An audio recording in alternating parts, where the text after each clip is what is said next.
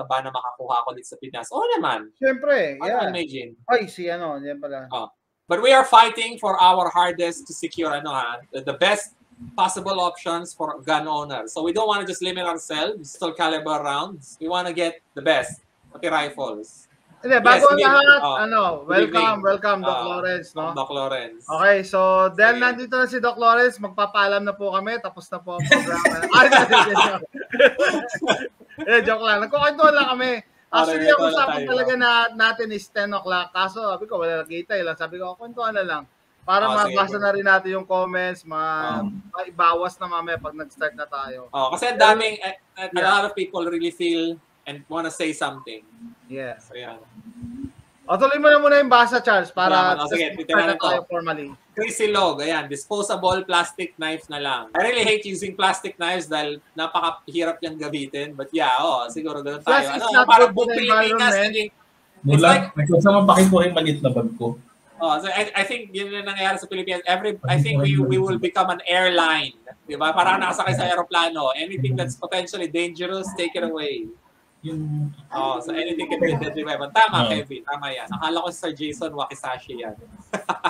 Jason, yung bayonet mo daw, Wakisashi. Yan.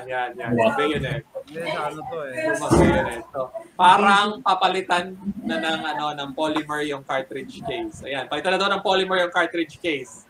It might look more harmless. You never know. Pero I doubt, no? Wala akong bili. Parang ilang years na nilang inaano yung polymer cartridge. Correct. Instead of brass. Kasi guys, yung metallurgy ng brass, pagka pinutok mo, mag-expand, tapos bumabalik ulit. Okay, bumabalik siya sa original size mo. Yung mga steel case naman na cartridge, pag pinutok mo, hindi bumabalik. Kaya mas marami nagja-jam pagka steel case. Kasi hindi siya ganun ka-malleable. Okay, so yung properties ng polymer or mga plastic cartridge, it's nowhere near the brass. Kaya brass pa rin ang ginagamit. Correct. Tsaka ito pa yan pag gumamit ka ng polymer cartridge case or kahit yung caseless ammunition, pwedeng mas mabilis mag-overheat yung firearm mo. Kasi yung brass, para siyang disposable heat sink. Pag pinutok mo siya, yung heat nung exploding propellant mo, i-absorb ng brass, tapos tatanggalin ng baril yung brass kagad. So, mas iinit yung firearm mo. So, mag-ingat tayo guys. Alam kong maganda yung technology, pero in practice, there are problems that need to be solved. So, yan. Hello, sir. Out of curiosity, bumili ng rifles. May nakalabas na ba sa daming nagmamarket? Sabi ni Golden Boy. Golden Boy, parang wala pa ako narinig na nakapag-uwi. Ngayon, kahit isa. Siguro, I'm pretty sure somewhere out there meron, pero there's an exception. Those are exceptions to the rule. Charles, cut kita. Tama na, mag-start na tayo. Sige, start na tayo. Okay, so guys, mag-start na tayo ng sabi natin discussion about recent events na napaka-importante na ilang buwan na ba? Ilang buwan na ba sinasabi na pwede na? Since March 1 na, no? Since March 1 na. February na tayo. Diyos ko, mag-aabot na tayo ng June. Yeah. Shout out kay Charles, no? Kasi pag magpunta sa PNP at punta sa mga gun stores. Okay, kailangan talaga. Everything needs to be fact-checked, Jason. I have trust issues now. Yes. And bago ang lahat, ulitin ko, congratulations sa mga may PCC owners. Mga PCC owners kasi semi-automatic rifle owners sa kayo. Semi-automatic. Joke lang yun. Anyway, so, thank you sa pagsama sa atin, no? Ito yung pag-usapan natin, yung recent memo ng PNP. Okay? So, dun sa hindi nakakaalam, search nyo na lang, pero available na siya online. And thank you sa mga nag-send sa akin. Okay? So, Charles, ikaw, bati ka muna. Hi, guys. Maraming salamat sa panonood. Welcome to our live stream. And please like, share, and subscribe sa Philippine Ricochet Line. That's where I talk about these things in detail. Okay, Doc Lawrence? Thank you very much po sa pag-invite niyo po sa akin. Pasensya na ho. Medyo na-late ako. Ang hirap kasi umiwas or alam mo yung mga abogado, pagkausap mo, nagpaalam ka na nga ngayon, di ka makaalis-alis, parang isang oras ka na nakapaalam, di ka pa makalabas. Lalo mga Pinoy. And ang ano naman, siyempre, of course, I don't want to be rude about it. and I don't want to be rude with them. So, sige lang, thank you lang ako. Sabi ko, sir, I would like to inform you that I still have an important matter to attend to. Sa kayo, nakaalis na rin ako. So, yun, thank you very much, ma'am. Napakaganda ng magiging topic po natin ngayong gabi. Yes, ang ganda, ang ganda. Ready na, okay. So, alright. Unang tanong muna, Charles. Yung nilalaman ng memo, good or bad? It's actually both good and bad. Alright? Hindi mutually exclusive yun. So, it's good in a sense that after 7 years, long years, pwede na tayo ulit magkaroon ng semi-auto rifles. 7 years na. Bilis ng panahon, ano? Oo nga. The bad news is that parang tinanggal yung gun privileges natin tapos nung binalik, bawas na. Diba? So, there are now multiple things na siguro maganda natin pag-usapan, ano, Doc Lawrence or Lawrence, para isa-isahin natin siya. Yes, pag isa-isahin natin to, ha? Let's grill this thing one by one. Sige, Charles, take it away. Sige. All right. So, first off, we're gonna look at the memo. Guys, yung memo pala nasa page na to ng ng PNP FEO. So, if you really want to see it from the source, you can check it there. You can also check it dito sa sa Philippine Ricochet Line na Facebook page, pinost ko na to. And you can check it doon sa Philippine Ricochet Line na YouTube channel. May pinost ako doon, hindi video comment lang siya, community comment post na kita mo yung memo doon. I think you should read it for yourself para makita mo talaga kung ano yung mga ginagawa nila dito. So number one thing na ginawa nila dito, so pinapaliwanag nila dito yung Republic Act, RA 10591. And this memo pala was May 7. So sariwang-sariwa pa to. It's only a few days old. So Comprehensive Firearms and Ammunition Regulation Act and its 2018 revised implementing rules, an amendment, okay, so amending certain provisions of Section 33, 2018 revised implementing rules and regulations. So guys, meron na tayong IRR, okay? Yung pinalitan nila dito is yung sport shooter provision doon sa semi-auto rifle, pinalitan nila ng wala nang sport shooter provision. Okay? So essentially, actually this is where I find, ito yung unang issue na nakikita ko dito sa memo na to. This memo makes no mention of Presidential Decree 2018-0092-0093. The Presidential Decree 0092-0093 is the reason kung bakit tayo nagkaroon ng semi-auto rifle ban in the first place. Pero parang pinapalabas nila dito na the reason why there's a ban is because, there was a sport shooter limitation of 2018 IRR and now we're lifting that, so therefore pwede na. That was never the reason kung bakit nangyari yon. Pero anyway, I digress, let's continue. So an outline section of RA, Section 10, RA number 10591, which specifies that only small arms may be registered by licensed citizens for ownership, possession, and concealed carry by the PNP as the regulatory body. Holds the authority to regulate the registration of small arms, including rifles. The ownership and possession of firearms, including rifles, are privileges rather than rights. So talagang, they're rubbing it in our faces. It's a privilege rather than a right. Which is totoo naman, pero talagang they had to highlight that. Therefore, it is in the discretion of the PNP through its Firearms and Explosives Office to grant or deny registration. Okay, sige. So, let's start with this, Lawrence. What do you think about doon sa amendment nila na tinanggal nila yung sports shooter doon sa IRR at ngayon ay na siya? Wala nang sports shooter. Was that the reason for the ban? Ikaw, sports shooter ka, di ba? You're a sports shooter. Noong 2018 ba, nakabili ka ng semi-auto rifles because you were a sports shooter? Or did they say na hindi ka pwedeng bumili niyan because it's a presidential directive? 2018?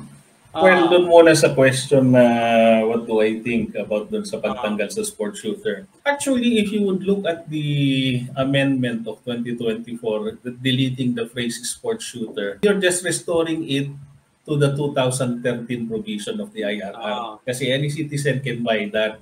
Pagdating ng 2018, para ka makabili nun, dapat sport shooter ka. On paper. On paper. But I see no relevance in the deletion of such phrase or in the restoration of the 2013 provision. I do not see any link at all actually. Yung sa prohibition.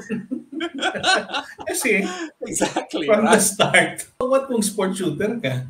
Exactly. Noong 2013 nga, hindi nga ako sport shooter, pwede naman akong bumili niyan ng ECC. Diba? So I don't see any connection actually.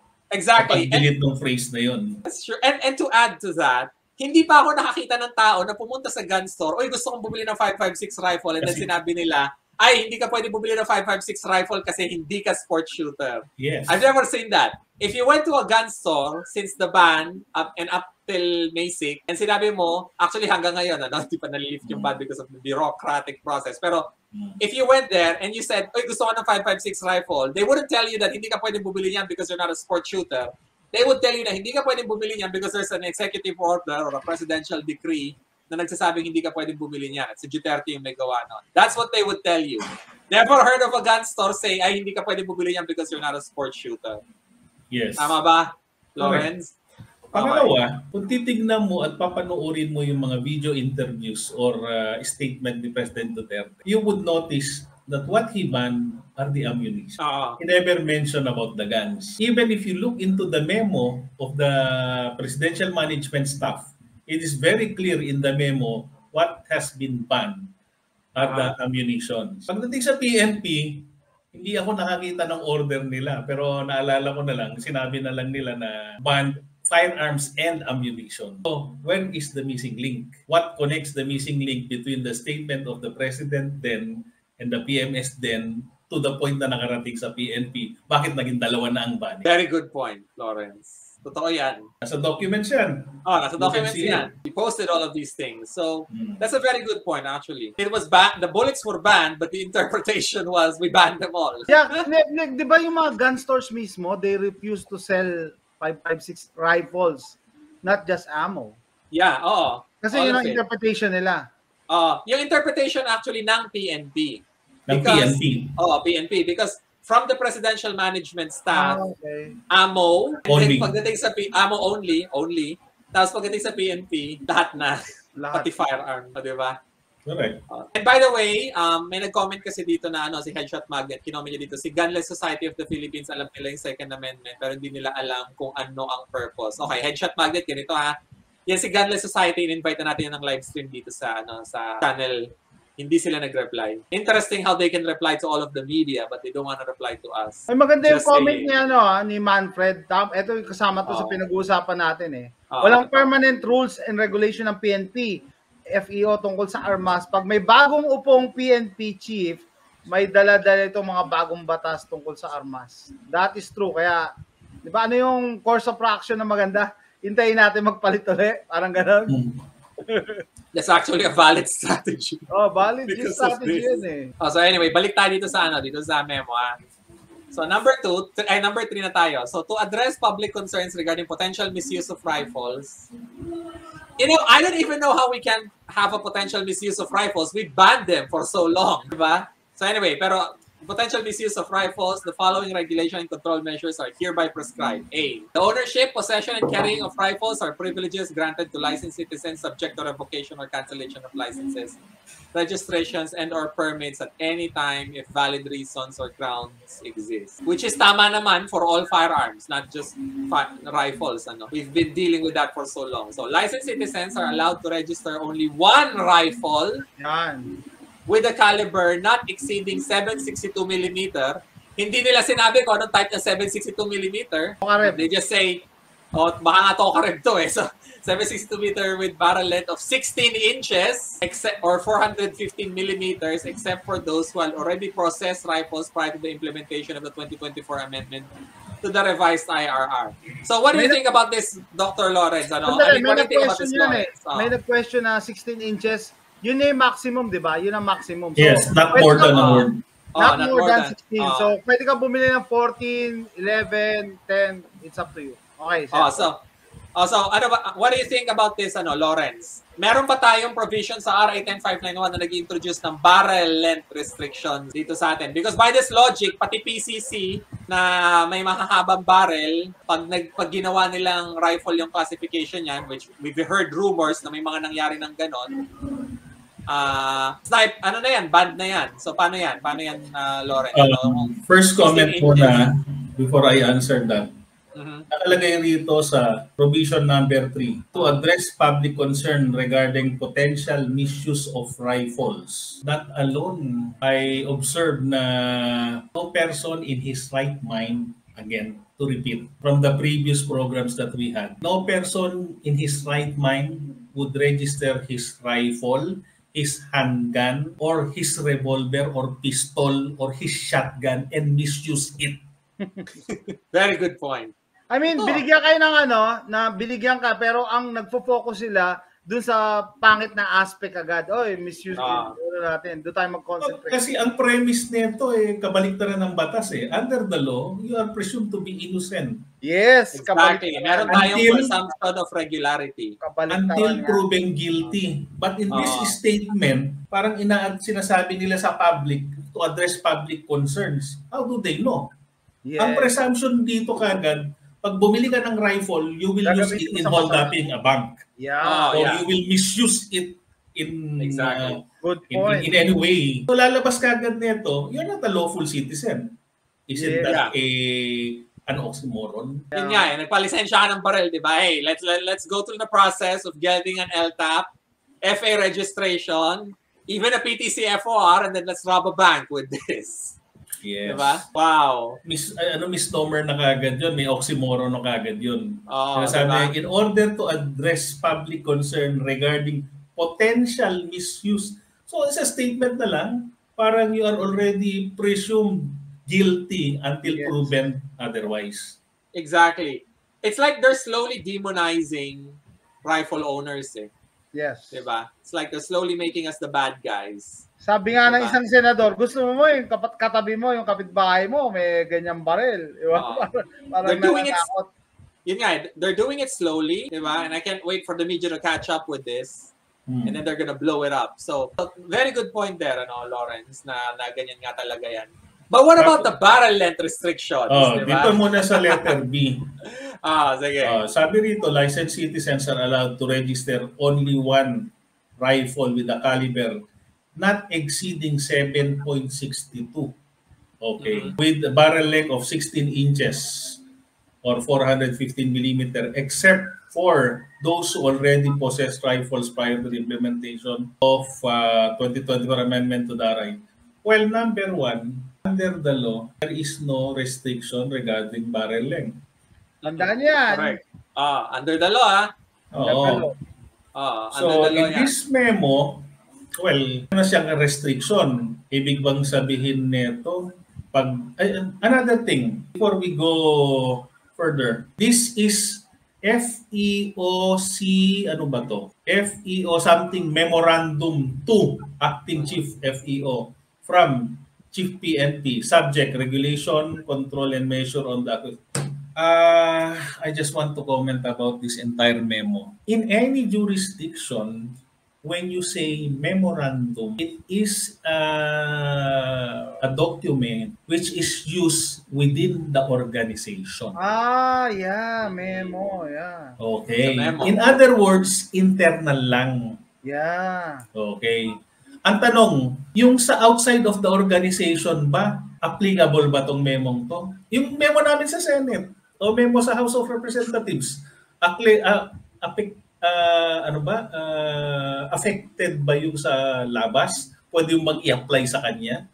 Halimbawa kami dito sa government, may memo kami rito, Jason, or may memo kami rito, Charles. Internal use namin. Pwede ba namin gamitin, impose sa inyo? Hindi. Tama. Good point. Very smart point. Legally speaking, if any memorandum or order or administrative order of any government agency or any office within the jurisdiction of the Philippines would want to apply it, to be applied to any person or any citizen in the Philippines or any person within the territorial jurisdiction of the Philippines, what should you do? Take a law. No. Dapat, dapat Congress ang magana niya. No. Congress. The simple answer is, kung gusto mong i-apply ito sa labas at maging effective din sa iba, ipapublish mo. Kasi publication makes everyone within the jurisdiction of the Philippines or outside of the Philippines be aware of that. Kasi it will prejudice your privileges. Hindi ko na ginamit yung rights. It will prejudice your privilege. Parang meron dating memo ang PNP Hindi naman tayo, kahit sabihin mo apektado tayo, hindi naman nila ma-implement yan, ma-impose eh. Kaya lang naman tayo sumusunod kasi alam natin. Pero in reality, pwede natin hindi sundin yun in a way. Kasi it's a memo, it's within only the structure of the particular organization or office, institution. Saan ka ba nakakita ng memo ng isang institution in-apply mo sa labas sa private agency? Nakita na ba kayo nun? So kaya nga memo, to, from to. Palagay ba? From PNP to the public. It affects your rights and privileges. Dito, it affects our privileges. Kung gusto mo talagang ipapublish mo. Diba? Hindi nyo ba na-observe yun? Hindi pa ba yan na-publish? Ang memo ay, it's not being published. Okay. It's called memorandum nga eh.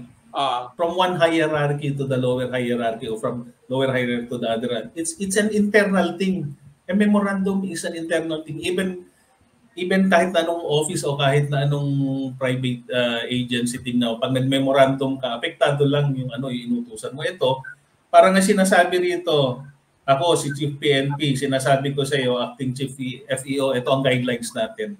Yung FEO, pag magawa ng guidelines para sundin ng public o sundin ng in my observation, this is just an academic purposes lang itong ginagawa natin. Kasi para maapektuhan naman yung rights ng others, dapat alam nila. Yeah. Kasi di ba sabi ng civil code, ignorance of the law excuses no one from compliance therewith. Tapos sabi ng civil code sa number 2, nakalimutan ko na lahat ng all laws should be published or all regulations para apektado yung mga tao, ma-inform sila. Okay, so this is Lawrence. Kung sakaling in-implement yan, ibig sabihin, ng mga gun stores, ganyan. So somebody can sue na anybody can question anything under the law, under this jurisdiction. They can even question the law itself. Kaya nga ang GOA pumunta sa Supreme Court para questionin yung mga provisions ng Republic Act 10591 at saka yung mga anong tawag nito, yung IRR noong 2013 ng 10591. All laws, all memorandums are presumed to be constitutional and presumed to be valid and legal unless otherwise questioned in the Supreme Court, and the Supreme Court makes a decision that this is not constitutional or this is not valid. So itong memorandum na to, strictly speaking, is only a memorandum from the Chief PNP to the FEO. And the FEO will make a regulation, and this regulation shall be sent to all the gun stores in the Philippines para sundin yan. So how can they make it? Tayo naman, since meron ganito, susunod lang yung gun store. Ano magagawa natin, citizens? Sumunod lang tayo kung ano sinabi ng gun store. Dahil yung sabi ng gun store, instruction yan ng PNP. Na yung instruction ng PNP galing sa FEO na instruction sa kanila ng Chief PNP. Kasi walang nagpo-question. Ang gulo ng batas sa Pilipinas. Hindi, ganoon sa lahat ng jurisdiction yun. Ganoon sa lahat ng jurisdiction yun. Hindi lang sa Pilipinas, ganoon talaga. Kung bakit sa standard operating procedure yan eh. Kaya lang tayo kasi, kung halimbawa, bakit hindi nagbebenta ang gun store? I'm just discussing it. Yeah, I'm just discussing these things for academic purposes. Bakit hindi nagbebenta ang gun store? Kasi wala pang memorandum from the PNP, from the FEO. Bakit hindi pa nag-memorandum ang FEO? Kasi wala pang utos sa Chief PNP. Ngayon, nagbigyan na ng utos sa Chief PNP through memorandum. Ngayon, from this memorandum, gagawa ngayon ng guidelines ang FEO or maaring ito mismo ang sabihin based on memorandum number ganto-ganto doon sa taas, we are hereby ganun-ganun giving you the authority to sell guns based on the prescribed provision here. So just to be clear, hindi pa gumagawa yung FEO ng member. Apparently, katatanggap lang nila ngayon kasi ngayon pa lang nila pinapublish. Katatanggap lang nila. Oo. So gagawa pa yan. Kasi nung pumunta si Charles sa FEO, hindi pa nga nila alam, di ba, Charles, sabi mo? Although aware na sila. Exactly. Hindi nila officially na-receive. Actually, very premature talaga yung yung pag-capture natin, which is, I guess, good on our side na na-capture natin yung memo before, so I would like to thank our sources for that. Yeah, you know who you are.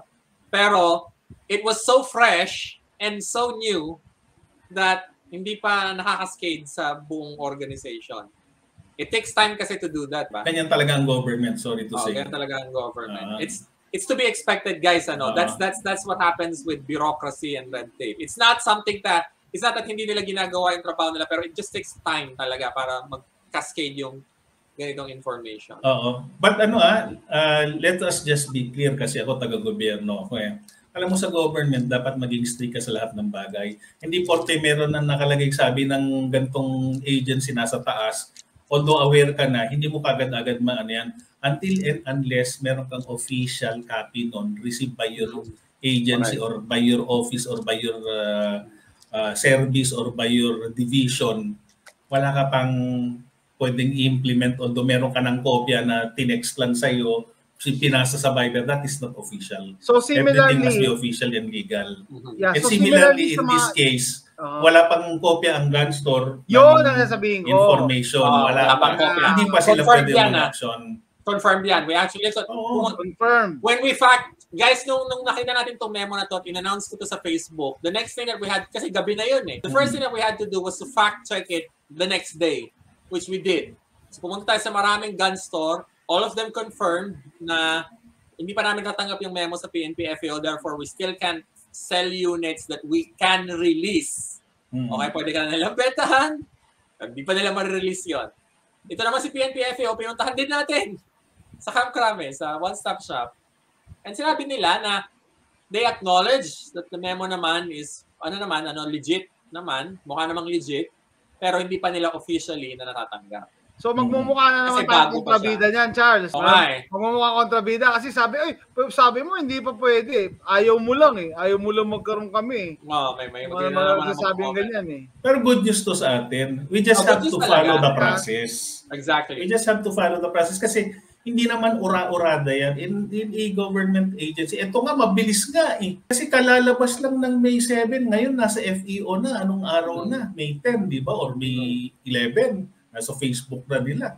Sometimes in a large department, yes. Lawrence, we have an issue. May nag-comment dito sa side natin na dinilit yung post na. Ano sabi? Sabi ni Golden Boy, dinilit nila ulit yung post sa FEO. Kasi ang nangyari kumalat na sa internet, tapos sa mga vlogs na, uy, pwede na. Tapos wala pa palang kopya yung mga gun stores, di ba? It doesn't matter kahit na-delete ng FEO yung post na yun. The fact that they are aware and the fact that they will be soon, kaya nga sabi ko, mabilis nga eh. Kasi usually may time frame yan. Minsan 1 to 2 weeks yan bago dumating yan. Lalo na yung mga large departments. Minsan 3 weeks pa minsan yan. Kasi ang daming iniikutan yan, pinipirma-pirmahan pa yan. Hindi, pero kasi may paper trail. Pero merong option pa rin. Meron pa rin possibility na may baguhin dun yung FEO. Diba? Pwede nilang kopyahin as is yung guidelines ng Chief PNP to FEO, pero pwede rin, di ba, na may baguhin pa sila doon? I have no knowledge on this particular matter, but that might be a possibility. Yeah, possible. Maaring dagdagan nila or maaring but it should be germane to the memo itself. Huwag naman silang magbago na ang layo. It should be germane. Yeah. Meaning, kung ano yung nakalagay doon, halimbawa sinabi, magbiyahe ang ganito hanggang ganyan. It should be germane na, yung biyahe dapat siguro mga ganito lang from this point to that point. So, yun. It should be germane. Hindi naman yung magbiyahe sila sa ganito. Sa Saudi Arabia. Tayo naman ang biyahe na yun. Parang ganun. Yeah, sabi ni Steve, maybe they are checking, parang they are testing the waters kung may reaction. No. Yung hindi naman sila magte-test. Alam mo diyan kasi pag dumating sa yung FEO, medyo matagal pa yan pagdating sa FEO. Although kahit nasabihin nila tinanggal nila sa post nila, it's okay, at least they have already received it. Or we have no knowledge whether or not na-receive pa nila. But the fact is, it will go to the FEO. Pagdating sa FEO, gagawa pa ng guidelines yan. Yung guidelines na yan yung pupunta sa mga gun stores kung ano yung mga susundin nilang requirements to implement this memorandum. So we just have to bear with it. Ang tagal na nang hinintay natin. Ito, dumating na. Medyo sometimes may mga provisions dyan na hindi katanggap-tanggap sa atin, di ba? At least nandiyan yan. Kesa naman wala. Okay. Doon siya nagtatanong, guys, no? Pagka, di ba may grandfather clause yan? Yes. Kapag meron ka na dating 556, hindi yun counted as yun yung isa. Hindi yun yung counted. Starting from the new regulations yata, no? Or na ilalabas nila. Doon mag-start yung count mo na isa. Tama? Parang ganun. Pero Lawrence, is that legal? Can they limit yung ano natin, yung mga semi-auto rifles natin? Since Kasi wala sa batas na identity. ganyan eh. Ganito yan. Usually, let me explain. When a law is being crafted, it is crafted in its couched in general terms. In order for the implementing agency or implementing office to have a leeway how to implement this particular law. In crafting IRR, they should not go beyond the letter and spirit of the law. Okay? Ngayon, ang question mo, is there a limit? Alam mo, ang observation, kasi hindi ko masagot ng diretso yung tanong na yan eh. Observation ng Joint Congressional Oversight Committees on these agencies, on all departments of the on all the department executive departments of the agency of the government. Sometimes, maraming IRR na sumasablay sa batas. Halimbawa, ang IRR na ito ay, usually ang IRR, tina-clarify niya lang o nagseset lang siya ng boundaries and rules. So, halimbawa, ang sinabi niya, ito, pag-aari ng small arms lang. So, kasama sa small arms sa batas, pistol, nakalimutan ko na. So, small arms lang, not exceeding 7.62. Pag nag-prescribe ba sila ng, for example, barrel length and sinasabi na dapat isa lang, is that going beyond the law? Because the law does not say that it should not be more than this or it should only be like this. The question to that is, the answer to that is, it depends. Kung meron tao na sasabihin na, wala naman sa batas yan na, that's unconstitutional kasi under the law, it did not limit. It did not say how many, how long is the barrel of the gun. You can go to the Supreme Court and question that. Kasi ang sasagot naman ng ang isasagot naman ng PNP dyan, since kami ang regulatory agency, we can prescribe kasi ito yung tingin namin as a regulatory agency. Dapat it should not go beyond 16 inches. Yan ang sasabihin nila. Ngayon, as to the discretion of the PNP, whether to determine, kasi sa atin mga gun owners, mas gusto natin pwede tayong kumuha ng 16 inches, 20 inches, mga ganon. Parang shotgun din yan, 14 inches, kahit na anong sizes. Bakit doon sa iba, wala. Ba't dito nilagyan mo ng size? Maybe they have their own reason. But up to this point in time, we are not sure whether or not they have gone beyond their authority in prescribing this barrel length. Pwedeng i-question yan sa Supreme Court. Ang nagiging problema lang kasi sa atin, or hindi naman problema, nangyayari lang kasi sa atin, walang nagque-question yan kung tingin niya hindi siya naagrabyado sa kanyang privileges. Unlike before na meron yung mga GOAP, meron yung mga pro-gun, wala nang active na ganyan ngayon eh. Kasi talagang sinasabi ng PNP, talagang privileges yan eh. Sinasabi naman natin, alam natin yan, pero bakit yung i-limit? Yes. So it's a two-way street until and unless na hindi question yan sa Supreme Court, that will remain to be implemented. Pag may nag-question yan sa Supreme Court at sabihin nila, bakit yung ibang shotgun naman, yung ibang pwede naman 20 inches, pwedeng beyond 16 inches. Bakit dito pagdating sa rifle, nilimit nyo? So, pagalingan na lang dyan pagdating sa Supreme Court. But since para tayong mga law-abiding citizen tayo, para tayong mga kung ano sabihin nila, subo na lang. Mga maamong tupa tayo. Oo.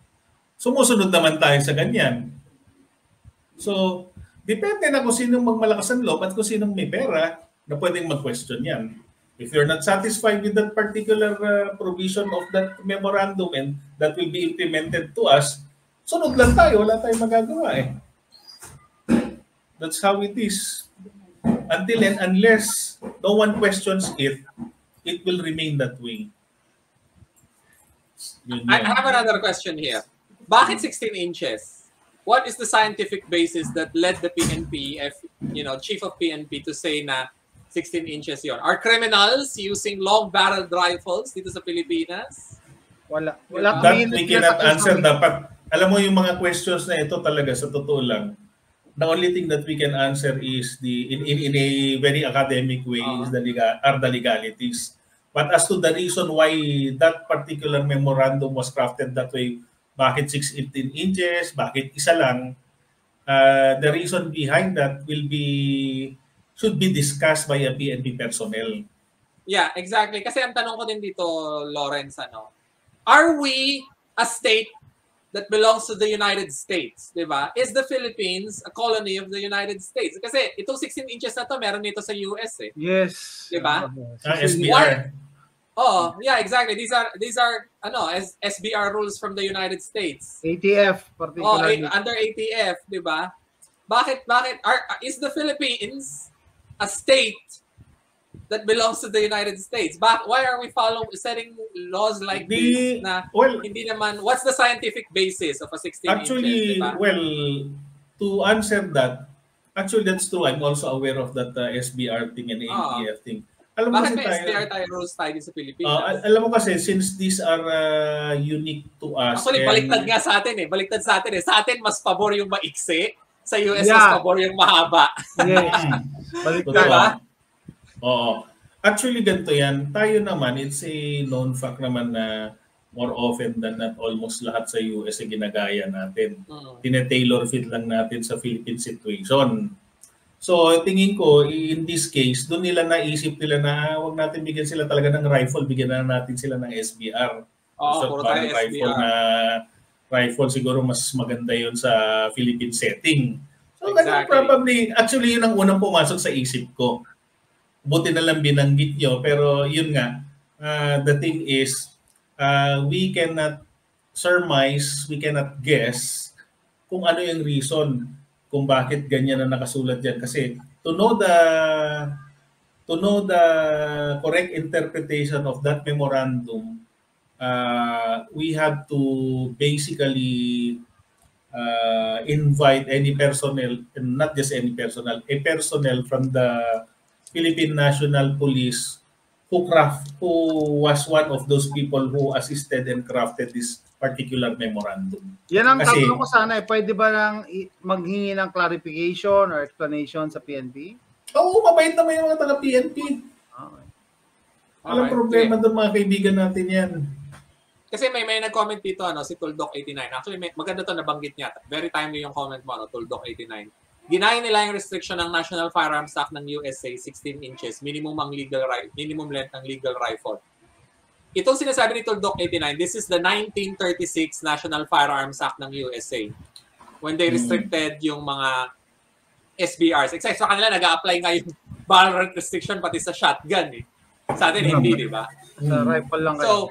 So bakit ganito? I mean, meron ba tayong National Firearms Act dito sa Pilipinas? Wala, in the United States, it took a law to put barrel length restrictions on the Second Amendment. Sa Pilipinas, it's just a memo. Oo, ganun talaga yan. If we have to remember, you have to remember, tayo kasi, we must have a basis in putting something into a memo or in putting something in a document. Like for example, in crafting legislatures, we usually make researches. If it's unique to the Philippines, it doesn't exist. Let us look outside of the Philippines, and probably there are certain laws that are more often than not similar to ours. But if there are certain laws existing in other jurisdictions, we can more or less have an opinion and copy this, not necessarily copy, but have similar provisions of this particular law, but tailor fit it within the Philippine setting. I think in this case, the memorandum might have been derived from a similar provision in other jurisdictions, particularly the United States of America, but they tailor fitted it into our settings. Ganun usually yan. Well, it feels like an infringement of our privileges rather than a tailor-fitting. Diba? So anyway, sige, let's move on with this. Ang dami ng comments dito sa gilid, ano? So we have to go through that eventually. Pero in case of acquisition of 2 or more rifles, yun nga, a licensee must submit a letter of intent to the Chief of PNP through the Chief FPO, justifying therein his or her reasons. The licensee shall be subjected to a comprehensive background check, taking into consideration his or her income, occupation, profession, geographical location or residence, as well as the firearm. Let me read this some more. The firearm being acquired. The FEO shall scrutinize the relevant documents provided by the licensee. To me, this is strange kasi hindi pa ba nila alam to? Dapat alam na nila to eh. I mean, you submitted all of these documents. Kailangan daw mas mahigpit. No, yun nga eh. You already know, they should already know this kasi nagsubmit na tayo ng mga documents sa kanila nung alam na nila yung trabaho mo, alam na kung saan nakatira. Should we submit another batch of documents to justify na kailangan nating, bumili ng semi-auto rifle? And is it really just, Lawrence, is it really applicable and allowable in the law na ililimit na lang natin to just one and then we have to justify if we need another one? How is it possible that a person with a Type 5 license can buy 10,000 Glock 19s and not have to justify kung bakit niya kailangan ng 10,000 Glock 19s? God forbid that person has to get one rifle and then another rifle and then kailangan na niyang i-justify yun through writing. Why is that so, Lawrence? Tingin mo? Is there any logical explanation to this? My answer is, don't make me laugh. Ayun nga, that's basically the thing. Alam na nila na LTAP holder, license holder number 5 ka. Does it mean na kailangan mag-submit ka uli? O baka naman hindi alam nung bagong FEO. Pero the fact that you already have a record within the office or within the FEO, why should you submit? Baka gusto nilang sigurong updating lang. Really? Kasi it's part ng LTAP process natin, yung mag-submit tayo ng either ITR, okay, income tax report, or proof of income, basically. They're asking us for proof of income. Either you submit to them, pay slip, diba? Certificate of employment, or yung ITR, yung form 2316, diba? ITR. BIR form 2360. So kung business person ka, wala kang payslip, obviously, dahil ikaw yung may-ari ng business, di mo naman pinapasundan yung sarili mo unless na may ganun kayong HR payment system. Form 2316 yung papadala mo. They already have that. Yes. So they're asking for another one? Yes. Wow. They're paper heavy. Don't they want to save trees? Diba? Should we be going paperless now and avoid all of this paper requiring red tape to save trees? Diba? We're going green, diba? Shouldn't we be greenwashing the entire firearms licensing process? Diba? I find it... Kasi yun nga as you've stated earlier, paano kung type 5 na ako, type 4 ako, type 3 ako? Alam naman nilang taga-gobyerno ako. Diba? Correct. Oh. Anyway, sige, let's move on. Meron pa akong appointment and everything. Exactly, di ba? Alam mo, napaka-busy na natin sa oras natin. I mean, it's not easy being a gun owner here in the Philippines. It's really tough. You have to do all of this paperwork. Dear Lord. So anyway, ito, licensed citizens shall be prohibited from acquiring sniper rifles or similar firearms. Sniper rifle shall refer to a portable shoulder-fired rifle with telescopic optic sight, recoil gas operation mode, and a minimum barrel length of 20 inches. Okay, so here comes another restriction, which is either bolt action or semi-automatic for increased accuracy and chambered with a high ballistic performance center fire cartridge designed to be used by military and law enforcement agencies. The cartridge for the sniper rifle may be 50 cal, 30 cal for Garand, cal 3006, cal 308, 762 by 51 NATO, .556 mm by .45 NATO and other match-grade ammunition used for long-range shooting. All right, here we go again, Dr. Lawrence. So apparently, hanggang 16 inches na lang tayo, yung mga rifles na sinabi kanina, pero ngayon naman, pati 20 inches pala, masama na. These are evil things that if somehow, if you had a 20-inch rifle, apparently, sniper ka na. Diba? Sniper promoted ka na. It automatically makes you a marksman, sniper, super soldier na siguro kahit red dot sight yan, kahit 5 kilometro, tatamaan mo, diba? So, what is this? What is this, Lawrence? Can they do something like this? Can they introduce a new definition under RA 10591 2024 IRR called sniper rifle? I'm pretty sure walang ganito sa sa batas natin. Nakalagay lang doon, small arms. And then after that, Class A light weapons na. Pero apparently pala, meron na tayo ngayon, sniper rifle. What is this, Lawrence? What do you think? In my observation and honest opinion, this is going beyond the law. Yun. Kasi, in our law, it enumerated what a pistol is, what a rifle is. It also gave certain descriptions. But the descriptions given here are not written in the law. So parang dito, in my opinion, in my observation, it is an ultra vires act. Ultra vires na to. You cannot define something which is not defined in the law. Exactly. Saan nila nakuha tong definition na to? Well, the law is so well-defined. Sabi nga sa interpretation ng law, if the law is defined and needs not to be interpreted, you don't have to define it and reinterpret it again.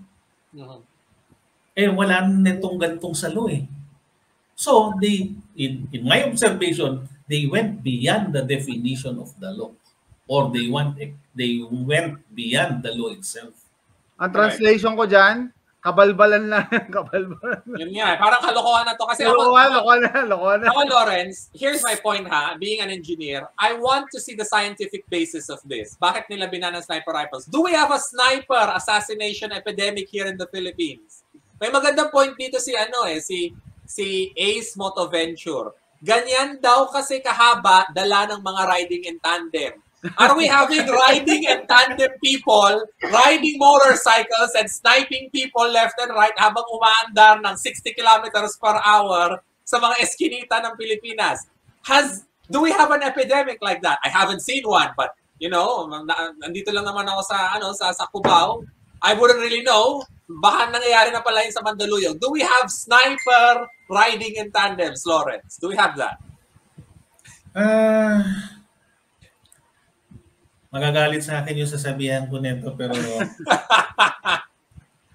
Diba? This is a very good point. Doon sa binasa mong memo na yung specifics ng barrel, yung barrel, and nag-mention din ng anong cartridge, high performance cartridge. High performance center fire. Maybe 50 cal, 30 cal, 4 gal. Pag hindi mo minatch yun, ibig sabihin meron kang naka 6.5 ka. 6.5 Grendel. Kung meron kang kunyari meron kang 20-inch barrel, naka-scope ka, pero ang ginamit mo lang yung regular ball ammunition. Hindi naman siya high performance na long range na cartridge. Hindi ka naka-match grade eh. Di ba? Nakalagay dito, match grade ammunition. Hindi lahat ng bala match grade. Hindi lahat ng bala match grade. So, yun, parang kinokontra nun yung Sabihin natin, tama ka dyan. Sabihin natin gumamit ka ng Teflon coated na kulay pula. Tapos tracer na pala yun. Di ba? Tracer na pala. No, ibig sabihin hindi siya papasok dyan sa requirement na yan, di ba? Di ba? Correct. Specific. Actually, this might work in our advantage. Kung tutusin mo, bili ka ng rifle na ganito, pero one or two of those description here does not jive with our rifle. Yes, yun ang sinasabi. Di mas advantageous yun. Excellent. Guys marketing spill na to for 6.5 Grendel. Kaya nga nakakatawa yung nila yung... Very specific eh. Yeah, masyadong Actually, wala sa batas yan, di ba? Yeah. And is match grade ammunition now evil? Diba? Ang mga riding in tandem ba natin, Dr. Lawrence, ay gumagamit ng match-grade ammunition for, I don't know, for assassinating targets, diba? Where is the scientific basis for criminals running around killing targets with match-grade ammunition? Pag ikaw ba nang hold up ka ng bangko, gusto mo ng match-grade ammunition. Doon sa di nakakaalam, mahal po yung match-grade. Yun nga eh. Mahal to. Hindi lahat, hindi palaging available. Yung iba nga, kumbaga tinotono pa yung specific talaga na powder. Exactly. Tsaka type ng powder, hindi basta ordinaryong powder. Yung iba, quick burning, mga ganon. So talagang particular pag sinabi mong match-grade, kaya ginagastusan talaga. Why? Kasi intended yan for long-range shooting competitions. Exactly. Tapos parang mag-goodbye na kayo sa long-range competitions kasi hihigpitan nila yung ganyan. Diba? Tsaka yun yung nakakatawa dito match-grade ammunition. I have never heard of a crime that was done with the match-grade ammunition. Ang tatamaan yan yung mga competitive sports shooters natin. Yes, sports shooters. Sports shooters ang tatamaan nito. And it's sad, nag-excel tayo dyan. Diba? Last time, yung Philippine Army ba? Philippine Army. Yes. Yeah. Di-discourage yung mga ganyang activities. Discourage nila. So apparently, guys, match-grade ammunition is evil. Alright? It is evil. Pag meron ka match-grade ammunition, you must be up to no good. So, yes. According to this. Tama, yung premise nga na may gagawin kang masama. Yun nga, sabi ko yung sasabihan ko nito magagalit sa akin Maghahanap na ako ng riding in tandem na may jacket na ganung kalaki tapos nakasaksak yung malaking... yung 20-inch. Diba? Let's do a 20-inch. Diba? Tapos umaandar ka na 60 kilometers sa EDSA tapos naka-match-grade ammunition ka, sniping targets left and right. Sandali lang, kailangan medyo dapat sa pool yung tatamaan natin kasi napakamahal nung bala natin. Napakamahal na pa nung baril natin pang competition. Napakamahal. Mahal talaga yan. Diba? Hindi ako bumibili ng match-grade na hindi available sa Pilipinas sa lahat ng gun stores. Yes, hindi hanapin yan. Special order pa yan. It has been years since I've seen one of these being sold. Like, taon na yung lumipas. A long, long time ago, I saw these things being sold. Ang mahal nila noon. Special order yan. Nasa 150 yata yan noon o 100 pesos, 90 to 100 pesos. I mean, kung meron kang money or capacity to buy ammunition like that, gagamitin mo ba sa kasamaan? Yes. O hold up ka ng makukuha mo lang 5,000, 10,000. Tapos ang bala mo, magkano? Libo-libo rin. Ito po. Guys, mas mahal pa yung magazine na may laman na match-grade ammo. Kaysa sa karamihan ng mga cellphones na ma-hold up mo. Gamit yung magazine. Alam mo, hindi nung nabasa ko to, sorry parang naisip ko tuloy. Baka siguro may nagpa-impress kay Chief PNP, ilagay natin tong ganito. Okay. Oo.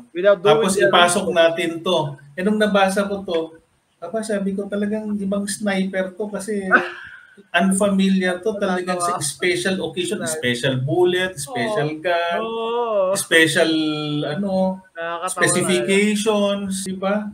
Wala yata ako nakikitang gumagamit ng ganyan dito. Maski dito, hindi naman lang. Ako ang dami ng baril ko, di ako gumagamit yan Kasi nga mahal. Tsaka may specific purpose lang talaga siya, yung mga competition lang talaga na long range. Tsaka Lawrence, I have another question. You need to have a range na ganyan din kalayo para ma-appreciate. Hindi lang yun. Ang naging observation ko tuloy, sige, sabihin ko na sa public, parang it works more to our advantage I don't know Bakit? Thinking out of the box. Humanap ka ng mga rifle na hindi ganyan, pero more or less parang ganyan. Pero mahirap yan That's basically a special rifle Yes. Napakamahal niyan. Parang it works to our advantage na maraming mura, maraming okay naman yung presyo, pero hindi naman ganyan ka sobrang sophisticated. Parang sinabi niya, sorry sige, go ahead. Bawal ang race gun na bilhin mo. Parang gano'n na sinabi niya. Pero ang daming klaseng race guns. Nag-specify siya. Yung other race guns that do not fit that description of that particular bawal na race gun, pwede. Parang ganyan yan. So kahit pwede mong bilhin, wag lang yung ganyan. Alam natin, pagka mahal-mahal yan. Oo nga. Tsaka, I have another question here, Lawrence. Under RA 10591, antique firearms are allowed. Okay? Antique firearms that are 40 years or older. Lahat ng M1 Garand, mas matanda pa sa 40 years. 40 years, yes. So why is this going against that. 70 years yata, sorry. 70 years. Oh, 70 years. So, sige, anyway, sobrang luma na ng M1 Garand. Kahit 70 years yan, pasado pa rin yan. So ngayon, my question, why is this banning something that's directly in the law na antique firearms? Garands and yung caliber niya na 30-06, na napaka-obsolete na.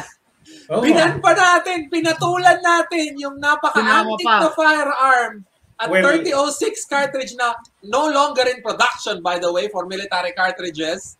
Nobody does that. I mean, syempre, may gumagawa pa rin nun for niche applications, pero this was phased out a long time ago. So my question here is, anong percentage ng mga riding in tandem shooters ang gumagamit ng M1 Garand na naka-30-06? Hindi, parang wala talagang basis yan. May ano lang yan. Baka may nagpasikat lang. May nagpabibo lang dyan. Well, to answer it, I will just reiterate what I've stated earlier. In my observation, itong specifications na to goes beyond and above the law. Kasi masyado siyang specific. Although, pagdating sa... Yung brand ng rifle pagdating sa IRR, pagdating sa memorandum, pwede sila mag-specify. But in its initial cursory reading, observation ko, it goes beyond and above the law. Kasi yan, sinabi mo na, kukontrahin niya yung antique firearms. Antique firearm collector ka. Nahanapan ka ng caliber 3006. 308. Di ba?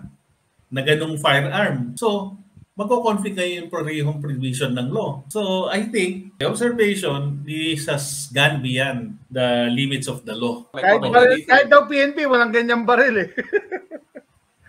I mean, we're banning something that is so niche. It's no longer in commercial use din yata yung mga yan 30-06. And I'm gonna state this again, and I've already said this in many videos ko. I'm against the ban mentality, okay? Na may problema tayo, let's ban it, diba? Pero I think that this is ridiculous na talaga, no? Talagang sobrang specific na. I don't know. Anyway, let's move on, So, ito naman susunod tayo. Letter E. Armor-piercing bullets and other ammunition intended for law enforcement military use shall be prohibited for sale or distribution to licensed citizens or civilians. It is understood that armor-piercing bullets shall refer to bullets that are designed to penetrate ballistic armor and protective shields. I have a problem with this because anong definition mo ng penetrate armor, ballistic body armor and protective shields? Kasi if you had a level 2 vest, level 2 body armor, you could penetrate that with a 44 Magnum. Yes. 22 TCM. O 22, kahit 22 TCM. 22 TCM na full metal jacket will not have difficulty punching through yung lightest na body armor. Diba? So, tsaka, what exactly is an armor-piercing bullet na ganito? Kasi anything, kahit level 3A vest pa yan, lulusot yun ng bala ng M193, 5.56. So, technically, you could say that, tsaka protective shields. Ano bang, hindi nga sinabi, ano bang protective shield? Are you talking about the riot shield? Lulusot ang mga bala doon. I think yung regular 5.56 tatagos din sa level 2, di ba? Kahit level 3 yan, kahit pa 4 na level 3 yan, lulusot ang 5.56 yan. Yeah, diretso. Exactly. Diretso. Pointed bullets will easily pass through level 2 or level 3A body armor. So, bakit ganito yung definition natin ng armor-piercing bullet? Shouldn't we be saying at least na dapat tungsten yung core niya to penetrate? I mean, if we can go crazy specific with a sniper rifle and say that it's all of these things and match-grade ammo, why can't we just say that it's a tungsten core bullet? Kasi ang problema natin dito, Lawrence, is that pwedeng gawin ng PNP FAO dito yung ginawa ng ATF na sinubukan nilang i-define ng SS-109 na M855 steel core 5.56 rounds na hindi naman armor piercing. Sinubukan nilang i-define yon as armor piercing. Ano Charles? Depleted uranium. Bakit nila sabihin na depleted? That is a very good point, Jason. What we say here, we can go and create crazy specific definitions for sniper rifles, but we can't even be bothered to say we want depleted uranium cores in bullets to classify them as armor piercing. Di ba? Why not just depleted uranium? Yung hindi pala natin nakikita or nabibili, binaban . Exactly. Di ba? And apparently pala, yung mga riding in tandem natin, they're running around with armor-piercing bullets that may or may not have depleted uranium in it, diba, to do their trade, because we're now banning them in another memo on top of how we banned them before doon sa IRR and even the law. Hindi, meron ako isang naisip na punto, no? And then when the time comes na may threat for invasion, tapos yung mga kalaban natin, mga naka-armor. Naka-armor lahat. Kung kayo maghahagilap ngayon ng mga green tip dyan, no? Wala na. Di ba? Wala na. So, ano na yan? I mean, if we get invaded over here, do we line up for overpriced ammunition? Diba? I don't know. Tsaka ang mahal ng armor-piercing bullet, ha? If you could find one of those, and I have never actually seen one for sale. Never akong bumili. Never akong bumili kasi mahal.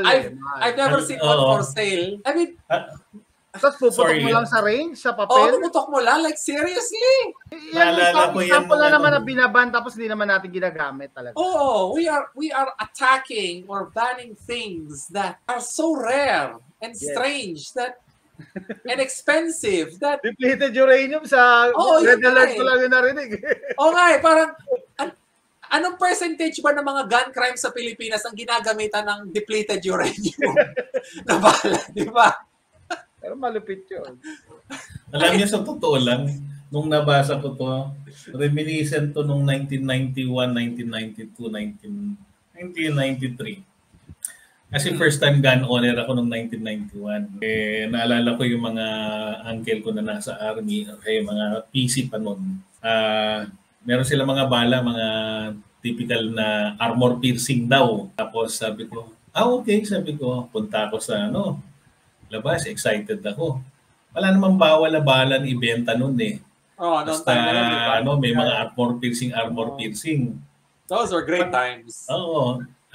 Bumili ako noon. Tinignan ko yung itsura ng armor piercing na ginagamit ng military. Doon sa commercial na armor piercing, para magkaiba. So, to cut the long story short, sinubukan namin sa bulletproof na yung Kevlar. Kevlar. Level, ang gamit yata ng mga PC nun parang level 3. Kasi against 45, 9mm, 44.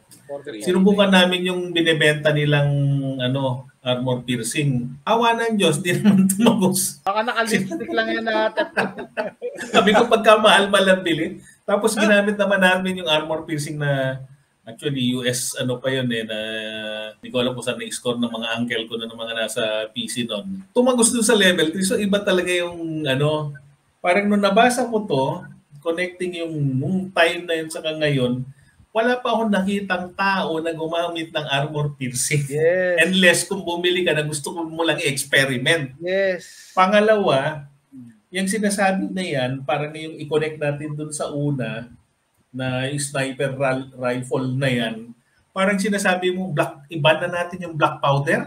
Kasi luma na yan. That's actually a good point, di ba? Kung sino man yung nagbulong nito sa chief PNP, parang, I don't know what is the reason bakit niya binilong yan. These things do not exist. Or if it does exist, very rare. Yes. At saka naalala ko yung armor piercing, nakakasira daw ng barrel yan. Although I don't know if it's true. Siguro. Although siguro kung yung bala mo, yung isang magazine mo, pulse armor piercing yan, maniniwala ko masisira yung barrel mo. Yeah.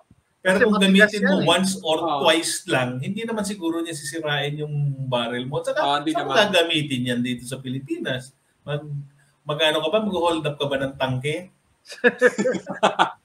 That's a very good point. Sino gumagamit yan? We may be having a situation here in the Philippines. There might be, hindi ko alam kung totoo, but there might be tank robberies. Diba? We just haven't heard of it. Diba? Ang maganda dyan, i-allow, wag nilang i-ban for the just in case scenario. Pero regular use, sinong gagamit niya? Kasi special purpose din talaga yan. Pero Jason, sabihin mo nang i-allow. sa kakuriputan natin mga Pinoy, sinong bibili yan at saka saan mo gagamitin yan. Yeah, I know, pero yun yan. Ako, hindi rin ako bumibili niyan dito eh. Never ako naka-encounter niyan. Tsaka ako, nagtataka rin ako kasi ano ba percentage ng mga crimes natin ang ginagamitan ng armor-piercing ammunition, di ba? We're really going out of our way to ban it. So there must be some scientific basis kung bakit natin ginagawa to. I mean, are we recovering tungsten cores sa mga katawan ng biktima ng riding in tandem? Maybe because, Charles, hindi naman sila required to explain yung mga provisions na yan. Kaya siguro, sulat tayo. Sige, include natin yung mga yan. Kasi if you ask them publicly, i-explain nila yan, sa tingin mo, baka pagtawanan lang sila talaga. No, actually, yung advisor, I'm talking to the advisor. Hindi pagtatawanan, pinagtatawanan na, Jason. Look at the comment section over here. Hindi, ako naman, iba na sa isip ko eh. Tingin ko yung nag-ano rito kay Chief PNP, kung sino man nag-craft nito, kakamping-kakampi natin eh. Kasi lahat yung mga provision dito, except yung 16 inches short barrel rifle na nasa isip ko, puros wala yung mga yun, hindi natin ginagamit yan. Okay, so titignan ko yung perspective ni Doc Lawrence, no? So ang binaban niya, yun talagang hindi natin ginagamit. Okay. Yes. Yeah. Okay. Black powder, mga pins. Hindi naman natin ginagamit yan. Wala na nga sa mga yan, sa gun stores yung mga yan eh. And I've never even seen any of these. A lot of these things I've never even seen before. Di ba na class? Yung doon lang sa yung rifle na may scope. Kasi generally, pag tumatanda, kailangan mo na talaga ng scope. Ako, marami nagsasabi, exactly. open sight, pero wala, malabo na mata eh. Kailangan mo na talaga mag-scope, lalo na pag rifle and long range shooting. Naku, exactly. Napatunayan ko yan. Nag-shoot fest kami, doon sa 25 meters na hindi ko na pala kayang tamaan. Minsan meron kami target na 5, hindi ko na kaya yung sa iron sight lang na ganun. 25 meters, tapos ganyan lang kalaki yung plate. Mahirap talaga, mahirap na yun. Awa na Diyos, wala akong tinamaan na isa. Yung sumunod yung 20 meters. Ayun, sa 4, nakatama naman ako ng isa tsaka 2. Kaya, yun nga, iniisip ko tuloy, baka siguro yung mga nagbulong dyan kay Chief PNP, mga kakampi natin yan. Kasi parang sinabi, Sir, ibawal mo pagbenta ng black powder. Sir, ibawal mo pagbenta ng gantong klase ng baril kasi napakamahal niyan. Pili ko ganun siguro. I don't know pero thinking out of the box na may konting halong may halong kalokohan, may halong joke ba. Idagdag ko yung Barrett na sample na 50 cal. Marami nagtatanong, but ako din never ako nag-a-aspire bumili niya kasi wala siyang para sa akin. Gamit. Gaya practical application, and even makabili ka, meron kang kakilala nakabili, saan mo ipuputok? Yun saan mo ipuputok yan? Yung range dito, 100 yards lang, 200 yards, na. Kaya sabi sa akin, kailangan mo pa bumiyahe sa New Mexico, doon sa desierto, para lang ma-appreciate mo yung yung power niya. Otherwise, hindi mo siya kailangan. Pero, it's up to you kung gusto mong bumili, pero yun nga, another example, binaban yung mga bagay na hindi naman talaga ginagamit. Pwede naman gamitin yan kasi nakagamit na kami ng 50 cal sa 30 cal doon sa Camp O'Donnell. Ang tinitira namin doon sa kabilang bundok. Sa kabilang bundok, yun nga. Yes, that's 500 meters ang layo niya. Yeah, I mean, doon mo ma-appreciate yan talaga, yung mga malayo. So anyway, sige, so let's move on I mean, medyo atakihin na ako talaga sa puso dito sa mga nababasa natin. Pero sige, let's move on. So ito, all locally manufactured and imported rifles must undergo evaluation by the FEO Classification Board to ensure compliance with existing laws, rules, regulations before being sold or distributed to licensed citizens. And licensed dealers are authorized to engage in the sale and distribution of FCB-approved rifles to licensed citizens, and transfers between licensees are permissible. Okay, authorized to engage in the sale and distribution of FCB-approved rifles to licensed citizens, and transfers between licensees are permissible. Okay. So Lawrence, ano ba to? Bago ba tong FCB na to? Pero di ba matagal na to? Oo, matagal na actually. Actually, nung yung predecessor kong committee secretary, ko question yung existence na yan sa sa Firearms and Explosive Office. Sabi, wala naman sa batas yan Bakit kailangan nyo pang magganyan? Parang question din yan noon time na yon, kaya lang hindi lang nag-push through yan. Pero anyway, meron din yung FIMS, Firearms in something, monitoring something. So, wala nag-question yan So, okay naman siguro in a way matagal na ini-implement yan. Pero ang pinaka-importante dyan ay itong letter G. Okay. Na binasa mo na. Licensed dealers are authorized to engage in the sale or distribution of FCB-approved rifles to licensed citizens and transfer between licenses are permissible. In other words, itong letter G, parang sinasabi, oy, gun dealers, pwede na kayo magbenta. From this particular subsection, letter G, subsection 3G, doon magfo-formulate ang FEO na nagsasabi na based on this memorandum, particularly section 3G, gun dealers are now hereby authorized to sell rifles. Period. Yun yung yay! Yan. Pwede na. Oh, alright. Well, they have to still officially distribute it, but we're getting there, diba? We're getting there. Yan na, pwede na yan. But there must be an official transmittal of this particular compliance or particular order to the gun dealers. Ang question is, natanggap na ba ng FEO to officially? Because until and unless they have not received it officially, they cannot still discuss this and create or make an order to the gun dealers to sell. So as I stated earlier, what is delaying or what is hampering this particular order is the, of course, government bureaucracy, which is it should be in proper order. We have to follow the process. So, ganun yan. Pero konting araw na lang yan o konting buwan na lang yan. Pwede na. Konting kembot na lang. Konting kembot na lang. Nakahintay nga tayo ng 7 years eh. Gulat nga ako 7 years na pala, no? Every time magla-live 7 years, tayo, ang dami nagtatanong palagi eh. Kailan? O, ito na. This is the day, siguro. Pero hindi pa rin. Pero Jason, very informative yung sinabi mo kanina na napanood ko na regarding dun sa Taurus or any rifle na sa 5.56 pag meron palang ganyang polymer baka maaring masira yung lower part niya. Yes, and tinanong ko nga si Charles kung available ba dyan yung bibili ka lang ng lower, no? Parang hindi pwede. Yun nga, dito kasi pwede, kaya okay lang. So I think that is the reason kung bakit hindi sikat dito yung Taurus T4. I'm sorry to say. Nagtataka rin ako, bakit hindi budget yan? Kasi nga, pag ikaw AR-15 rifle owner ka, alam mo yan. Ako, nag-try ako eh. Sabi ko, anong relationship niyan sa function ng rifle eh? Trigger lang naman ang hawak, ang trigger fire control group lang naman ang nandiyan sa lower. Ang problema ay nasa likod yung buffer tube eh. Tsaka yung buffer, yun ang problema, yun ang weak point para sa akin kasi na-experience ko talaga. At saka yung bolt catch niya. Diyan humahampas yung yung BCG. Pwede talaga mabasag. Pero it's up to you, sabi ko. At least share ko lang experience ko. Tuloy, Charles.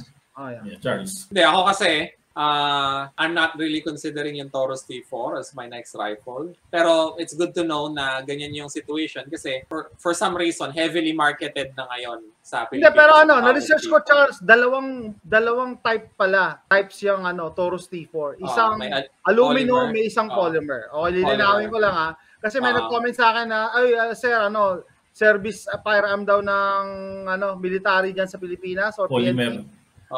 Meron silang may polymer, merong may aluminum. It's okay. So yun. So yun nga. Ako kasi para sa akin, the whole, well, I wouldn't really call it a limit, pero the whole convenience of one rifle and then beyond that you have to write a letter thing is probably going to be misinterpreted by many people as a one rifle only limit. Yes. And it's going to spread a culture here sa guns natin, sa gun owning citizens ng Pilipinas na you better buy the best rifle possible because you're only allowed, which is incorrect, pero you're only allowed to own one. So, better buy the best. Diba? Yan yung magiging mentality ng maraming tao na ngayon, which is incorrect. You could actually own more than one. Kaya lang, linawin mo lang, Charles. Ganun siya. Linawin. Etong memo na to, itong mga bagong changes na to, hindi affected ng di ba?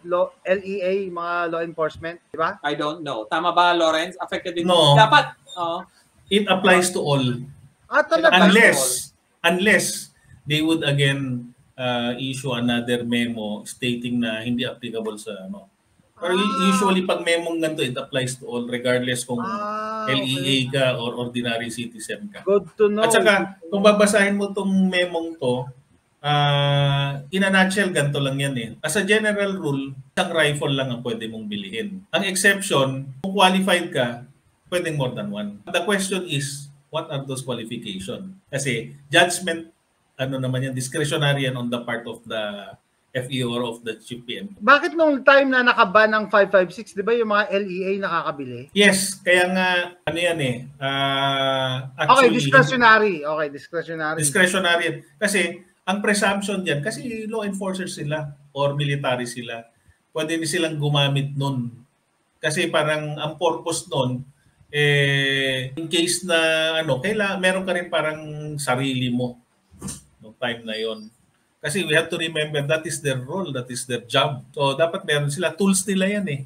You cannot forbid them to use. Parang ang carpenter, hindi pwedeng sabihin huwag kang gumamit ng martilyo. Yeah.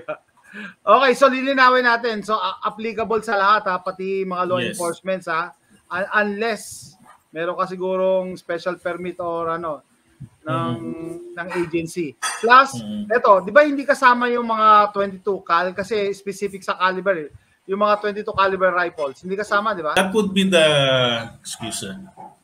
that would be the case siguro.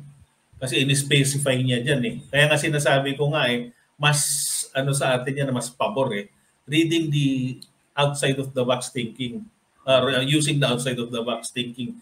Parang yung nilimit niya lang to, pero pag titignan mo naman yung nilimit niya except yung sa 15 inches rule, parang lahat ng nilimit niya yun yung bawal talaga. Yeah, specific. Parang bawal ang black powder, specific yun.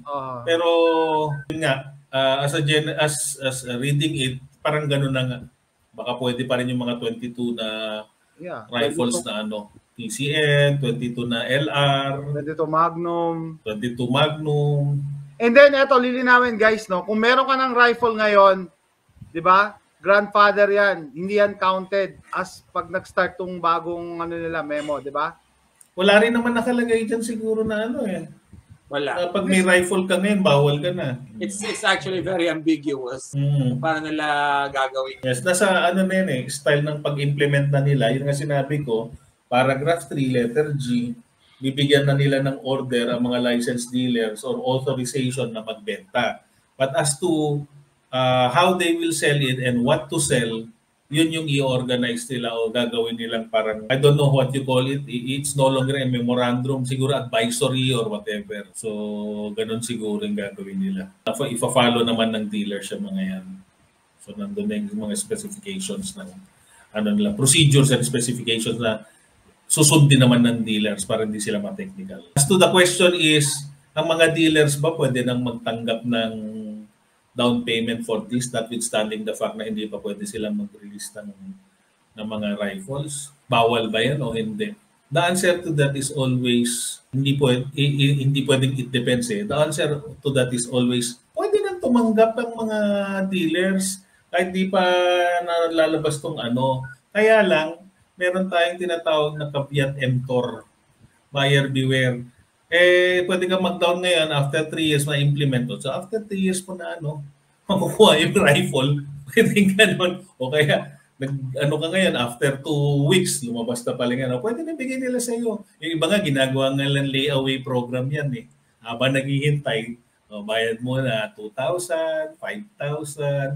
Para pagdating ng order at lumabas na, ayun, bayad na. Automatic release na kagad yun. Nagkaanan pa siya sa kanyang payment. So it's not illegal to for the dealers to accept deposit because they can always return it. Tsaka sino ba tatanggi ng pera? Sino ba tatanggi ng deposit? Anyway, tayo, Charles, tapusin natin, mahaba na tayo, no? Sige. Anyway, siguro sa akin may comment lang ako dito. Sige, One last thing. Lawrence, pag nagkaroon ba tayo ng bagong PNP chief, pwede niyang baguhin lahat ito? Yeah. Yes. That's not a law. Lahat yan pwedeng i-abrogate ng sinong chief PNP. So pag may umupo na bago, sasabihin niya, this is ridiculous. No more. Nakakatawa to. This is BS. Yes. Yeah, oo. Yes. And anytime kung sino pumalit na chief PNP, lahat ng nila yon, memorandum, advisories, and everything can be changed by the sitting Chief PNP. Yung kauupo lang na PNP Chief, gaano katagal ang term? Hanggang next year yata. 1 year, di ba? 1 year? So pag may umupo na bago, pwede yung palitan lahat to because this is ridiculous. Yes. Papalitan daw lang mas masama.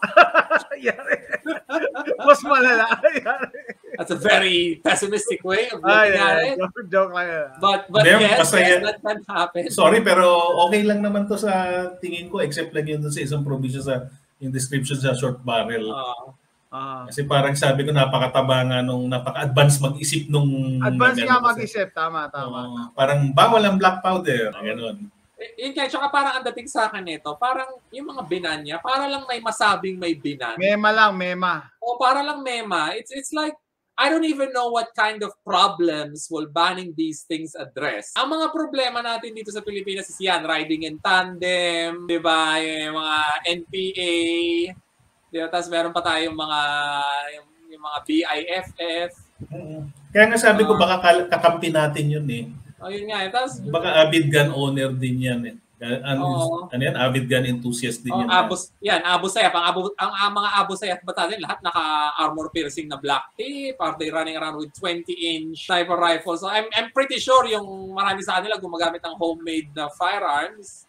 I'm pretty sure that some of them have decent firearms. Pero is this really so big of an issue that we are going to go through all the trouble of taking memos like this para lang i-ban yun? And even if we ban it, hindi naman susunod yung mga yun sa batas kasi illegal na lahat ng ban. Criminals don't follow the law by definition. Exactly. And I remember, there was a time na even though they implement na yung RA 10591, parang may nag-interpret sa PNP na pwede pa pala sa law enforcement, sa LEA, yung full auto na private purchase. There was that time. Nilift din nila yung.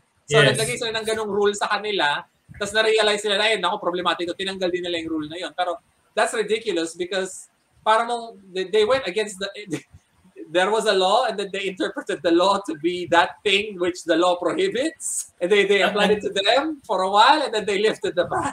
They lifted the thing that they applied on themselves. Diba? Actually, nung nagsasalita ko sa Gancho, palagi kong paulit-ulit sinasabi yan na hindi pwede sa LEA yan. Ang nakalagay sa batas is agency. Yun. Not the person but the agency or the office. Yun, ewan ko, siguro nakinig sila o kaya siguro na-realize din nila na tama nga naman, yun na nakalagay sa batas, hindi yung tao. Bawal na eh. Kasi ako the weirdoan talaga ako. I mean, I'm looking for the scientific basis of these things. I'm not seeing. It's like may malang talaga, may malang. Let's ban something. Hindi na scientific, Charles eh. Logical basis sana eh. Logical basis sana. Exactly. Diba? Alam mo ganito I mean, here's a suggestion. Let's just make a memo that says ban riding in tandems. O yan, tapos. Hindi. May mas malapit pa dyan. Hindi, may mas malapit pa dyan. Iban mo yung murder. Ban mo yung murder, ban mo yung mga crimes. Let's ban those things. Diba? And so, yun lang sa akin. So, ayan guys If any of you are wondering if this is going to bother us for a long, long time, you got your answer. It's a memo. Ex-PNP chief can remove this. Somebody else can just say, this is a bad idea. Let's do away with this. And I'm pretty sure na kung ako papiliin nyo guys and we've been fighting these bans for a long time, pushing hard against it. Wala lang tayong budget, so hindi tayo nagpe-petition for mandamo sa Supreme Court. Pero if you ask me, I would rather have a problematic memo than a presidential decree. Because a presidential decree, mas mahirap, in my opinion, and correct me if I'm wrong, Lawrence, mas mahirap talunin ang presidential decree. Hindi, by the way, Charles. Speaking of presidential decrees. Hindi pa natin nadakal yan. Yeah, speaking of presidential decrees, before we go, Lawrence, does this override presidential decree 2018-0092-0093? Sandali, lilinawin natin. Guys, di ba? Has it been lifted? Where's the answer? Ni Piduts. Tapos eto ngayon, naglalabas ng memo. Ino-override ba niya yung presidential decree? Basically, ganun ang tanong. Ang sagot, the stream never rises above its source. Tumahimik na lang tayo. Yun na nga. Maganda na nga sa atin to eh. Baka happy lang. It's a happy problem. Happy. Huwag na kayong mag-bring up ng mga ganyan-ganyan. Sige. I'm not gonna say further then. So yan guys nakuha nyo na yung mga sagot sa tanong nyo. I hope na marami kayo natutunan dito, and to all of those na nagpapanik na, ay, nako, may problematic itong memo na to. It's actually not as bad as it looks, and it's much more easily overrated. So patience lang.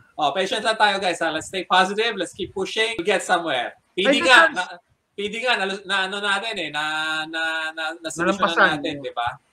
Memo, mas malalayo. Pero i-mention mo nga sa kanila yung game plan natin. Ano ba game plan as a gun owner? Di ba? Anong gagawin natin? Tayo, gun community. No? So, how to fight back, how to address this. Well, first off, kung gusto nyo talaga i-address ko, guys, ipagkalat itong video na to, ha? Yes. There's some very good things that were discussed here that I feel will never be discussed by the media and will probably never be discussed by other gun tubers. Pati ibang mga vloggers, hindi nila pag-usapan to. Natin. Tapos, ganito gawin natin, guys, ha? Let's just keep pushing it. Yes. Tapos, ang pinakamagandang strategy nito is let's wait for the next PNP chief na lang. Yeah. It's much easier and cheaper to wait for a replacement PNP chief na magiging pro-gun at will make these ridiculous things go away kesa sa i-demanda yung buong organization para lang dito. It'll cost hundreds of thousands of pesos. Matagal yun. Matagal. At ang tagal nun. Ilang taon nating lalabanan yun. And by the time na matapos yun, baka moot and academic na rin yung case kasi nilift na rin nila to anyway. Yeah. So it's not feasible to go down that road. So yun yung pinaka-feasible na strategy. There's another strategy na Lawrence, maybe we can do a little whisper here and a whisper there. Some very very friendly. Going sa sinasabi mo na whisper here, whisper there. Ang nakikita kong isang pwedeng malakas na bulungan pagdating sa gun rights as a civilian kasi utak kay civilian din. Ibulong mo kay Mr. Clean. Excellent. See guys, we have a plan. Kailangan natin we have a plan. Kailangan natin yung pangit yung word na backer pero yung kakampi. Kakampi. Yung kakampi. Exactly. Marami tayong kakampi. Kailangan natin ng kakampi talaga. Ayan. So ayan guys, I think we can finish off on that very positive note.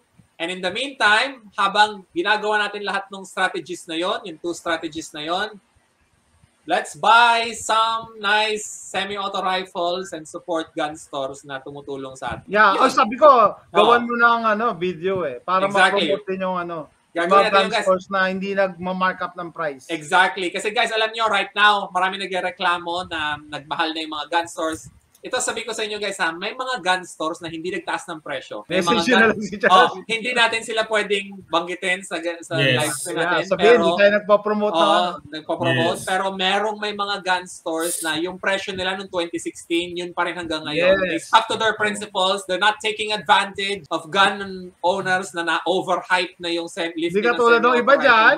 Di katulad nung iba na talagang ginagatasan, overhype at talagang gustong perahan lahat ng mga gun owners na gustong bentahan kahit hindi pa pwedeng ma-release yung down rifle. Payment, 50%. Puro down payment. Mahal 10,000 lang Mahal talaga. May mga ganun So guys, totoo yan. May mga gun stores din na hindi nagtaas ng presyo tapos yung down payment nila maliit lang. So, let's support them. Kasi sila yung mag-ensure na na maginhawa yung proseso natin ng pag-acquire ng semi-auto rifles natin. Really helpful. So there you go. I think that sums it up. We finish on a positive note. I know there are many challenges, but guys, we're working on it. Okay, this is a long-term game. We have to be patient. We're working on it. Okay, si Doc Lawrence naman, sir. Ano sabi mo? Thank you very much sa pag-invite ulit. Again, let us state that this is just an academic discussion, but we have to be happy about the new memorandum right now. Kukunti lang naman ang dapat baguhin dyan kung pwede. At the same time, we also have to continuously give information to the public on these matters. Kasi yung mga iba naniniwala sa sabi-sabi. Tapos at the same time, iba pa yung interpretation nila. So, yun. Thank you po sa inyong dalawa dahil at least may time kayo na mag-broadcast ng ganito para sa kapakanan ng mga gun owners hindi lang dito sa Pilipinas, pati mga Pilipino na nasa abroad na pwede rin umuwi sa Pilipinas para magkaroon ng baril kung gusto nila magkaroon ng baril dito. Yeah. So, thank you. Okay. Sa mga ganyan senaryo, magre-react lang ako kasi may mga kababayan din tayo na dyan na nagre-retire and then they're looking forward na mag-own din ng firearm.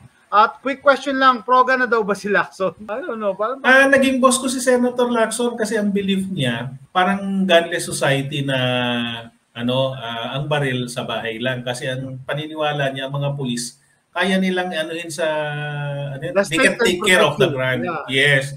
However, there was a statement coming from him before na kung mahirap yatang magampanan yan, every civilian has the right to defend himself. Kaya nga sumuporta siya dun sa dati, yung extension ng license at saka yung validity ng license, PTC4 and registration ng firearms. Very reasonable naman yung Senator Lacson. Hindi naman sa progan or what, pero he believes in the yung self-protection ng state saka yung tinatawag na multiplier effect na magagamit din natin yan. Magagamit ng mga law enforcers sa military tayo as multiplier effect sa pagtulong sa law enforcement at saka sa military just in case na hindi magandang mangyari. Okay. Ako din magpapasalamat, no. Ang dami ko rin natutunan dito sa discussion natin. Ang pinaka naano sa akin is memo lang pala to. Tama. Nilalang ko kasi 'di ba in every organization, parang sa trabaho mo, Charles, 'di ba? Pwede mag-memo sa opisina nyo. 'Di ba? So ganon plus yung point of view ni Charles sa ni Doc Flores, tingnan natin yung bright side nitong nangyari, no? It's not all bad, may mga pangit talaga, may nakakatawa na nakasama dito sa memo. Okay, pero yun nga, on a positive note, at least available na, pwede na, no? 7 years nga daw tayo nag-intay, di ba? Ang tagal-tagal. And then palagi nyo kaming tinatanong dyan regarding this. Every time kami magla-live stream. So at least pwede na. And sabi nga ni Charles, from this step, pwede na tayong ibig sabihin, mag-explore ng mga possible na hopefully gumanda pa. Pero yung pinaka viable is maghintay tayo na magpalit uli ang di ba? Ang PNP leadership. Okay? And hopefully, kalat yung video na to and yung mga other videos natin regarding dito. Kasi sabi ko kay Charles, hindi natin basta matatakil lahat to in one sitting. So, dapat gumawa tayo ng mga separate small videos para mas madaling i-share. Ako din, i-share ko din yung mga natutunan ko in small videos para mas maraming ma-reach. Kasi, kailangan natin mag-push back as a gun owner. Wag sana tayo makontento lang na alam ko, sasabihin nyo, gun privilege yan, gun privilege. Yes, pero hindi na ba pwedeng gumanda? Di ba? Gun privilege na nga lang, papasamain pa, di ba? Yan ang tanong ko palagi, hindi na ba pwedeng gumanda or mag-improve, di ba? There should always be a room for improvement kung gusto natin maging malaya. Otherwise, babantayan nyo na magugulat na lang tayo, daan-daang inaalis na yung privilege nyo dyan, and then before you know it, matulad na tayo sa Canada or Australia or whatever, di ba? Dapat natin mag-push back. And paano tayo mag-push back? Education. To educate. Yes. Kailangan natin dumami, guys. Kailangan madami yung pro-gun na na maalam, sabi ng mga taga-kayo, maalam sa batas, sa katotohanan, and sa nangyayari ngayon sa mundo. And with that, tatapusin ko na yung live stream na to. Salamat sa pag-join. Alam ko, gabi na sa Pilipinas. And see you next time. Bye!